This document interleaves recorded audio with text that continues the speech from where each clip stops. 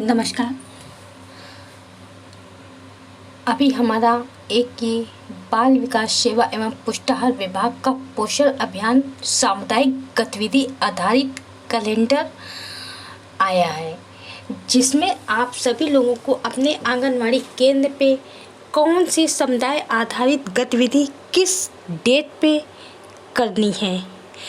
चलिए आइए देखते हैं। हमारा जैसे कि आप सब लोग जानते हैं कि सितंबर का महीना राष्ट्रीय पोषण माह के रूप में मनाया गया, जो अब बीत चुका है और अब ये अक्टूबर का महीना शुरू हुआ है। तो इस अक्टूबर के महीने में हमारे आंगनवाड़ी केंद्र पर 3 गतिविधियों का आयोजन होना है। 3 गतिविधियों में पहली गतिविधि हमारी देखिए है 3-10-22 को 3-10-22 को वजन दिवस मनाया जाएगा, जो 0 से 5 वर्ष तक के बच्चों के लिए होता है। 0 से 5 वर्ष तक के सभी बच्चों को आंगनवाड़ी केंद्र पर वजन और लंबाई करी जाती है, जो कि हमारा गैर वित्त पोषित है, जिसके लिए हमें कोई भी बजट नहीं जारी होता है। दूसरा हमारा जो समुदाय आधारित गतिविधि है वो हमारा 11 अक्टूबर को सुपोषण दिवस के रूप में मनाया जाएगा।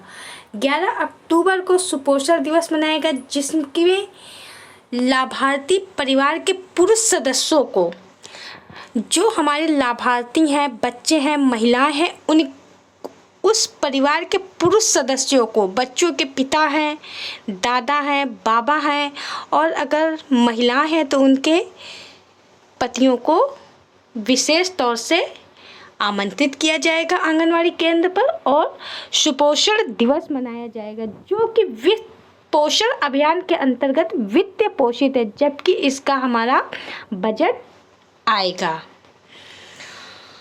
और जो हमारा तीसरा कार्यक्रम है वो है अन्नप्राशन दिवस, जो 31 अक्टूबर को किया जाएगा। 31 अक्टूबर को हमारा जो अन्नप्राशन दिवस होगा वो 6 माह की आयु पूर्ण कर चुके बच्चों को ही किया जाता है। आप सभी लोग जानते हैं कि जो अन्नप्राशन उन्हीं बच्चों का किया जाता है जिनकी आयु 6 माह पूर्ण हो चुकी होती है, और पोषण अभियान के अंतर्गत ये वित्त पोषित कार्यक्रम होता है, इसका बजट जारी किया जाता है। अब आइए लेकर चलते हैं नवंबर माह की गतिविधियों के बारे में। नवंबर माह को भी 1 नवंबर को हमारा वजन दिवस होगा, जिसमें 0 से 5 साल तक के बच्चों का ही वजन होता है, और जो कि वित्त पोषित, जिसका कोई बजट नहीं आता है। वजन दिवस का कोई भी बजट नहीं आता है, लेकिन हमें वजन दिवस अपने आंगनवाड़ी केंद्र पर मनाना है और उसकी कार्यवाही भी अंकित करनी है, और वजन जिन जिन बच्चों का किया जाएगा उन बच्चों को हमें पोषण ट्रैकर पर चढ़ाना भी है, उसमें फीडिंग भी करनी है उन बच्चों की। नवंबर के महीने में ही हमारा दूसरा कार्यक्रम होगा। 22 नवंबर को जो होगा वो होगा गोद भराई, जिसमें प्रथम तिमास की गर्भवती महिलाएं, धात्री माता और मातृ समिति की सदस्यों को शामिल किया जाता है, और जो कि पोषण अभियान के अंतर्गत वित्त पोषित गोद भराई कार्यक्रम का हमारा पैसा आएगा नवंबर के महीने में।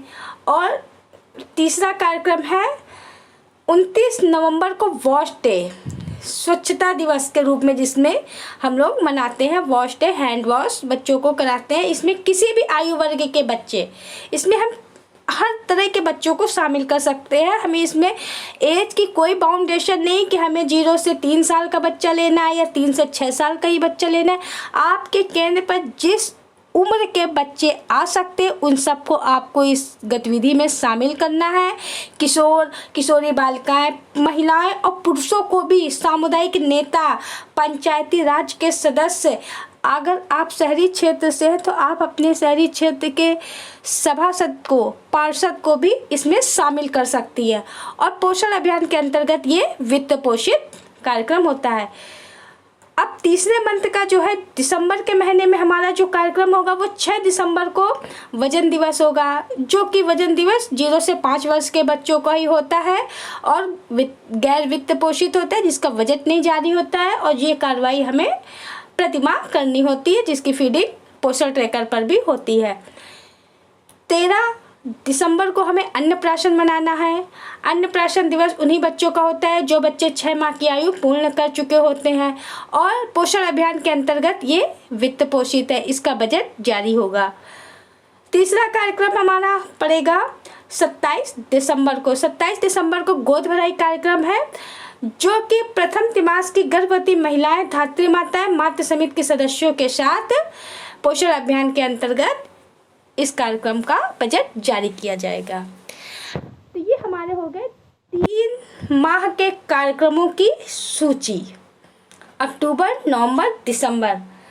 अब नीचे देखिए कुछ नोटिस भी दी गई है हमारी नोट। यदि गतिविधि की निर्धारित तिथि पर अवकाश हो तब निर्धारित तिथि के अगले कार्य दिवस पर गतिविधि आयोजित की जाए। अगर इन तिथियों में छुट्टी पड़ती है या संडे होता है तो आप इस कार्यक्रम को अगले दिन, छुट्टी के दूसरे दिन रविवार है तो आप सोमवार को इस कार्यक्रम को करेंगी और इसको रजिस्टर पर अपनी कार्यवाही भी अंकित करनी है। प्रत्येक आंगनवाड़ी केंद्र पर ECCE गतिविधि अपराह्न 12 से पहले, सामुदायिक गतिविधि अपराह्न 12 के बाद आयोजित की जाए और प्रत्येक माह के तीसरे मंगलवार को आंगनवाड़ी केंद्रों पर PTM आयोजित की जाएगी, जो कि आप सभी लोग हर माह के तीसरे मंगलवार को PTM आयोजित करती हैं। जो लोग नहीं करती वो करना सुनिश्चित कर दें। ये थे हमारे आज का सामुदायिक आधारित गतिविधि कैलेंडर का लिस्ट। आप सभी लोग इस लिस्ट के अनुरूप ही इन 3 माह में ये कार्यक्रम आयोजित करेंगे अपने आंगनवाड़ी केंद्र पे। तब तक के लिए नमस्कार।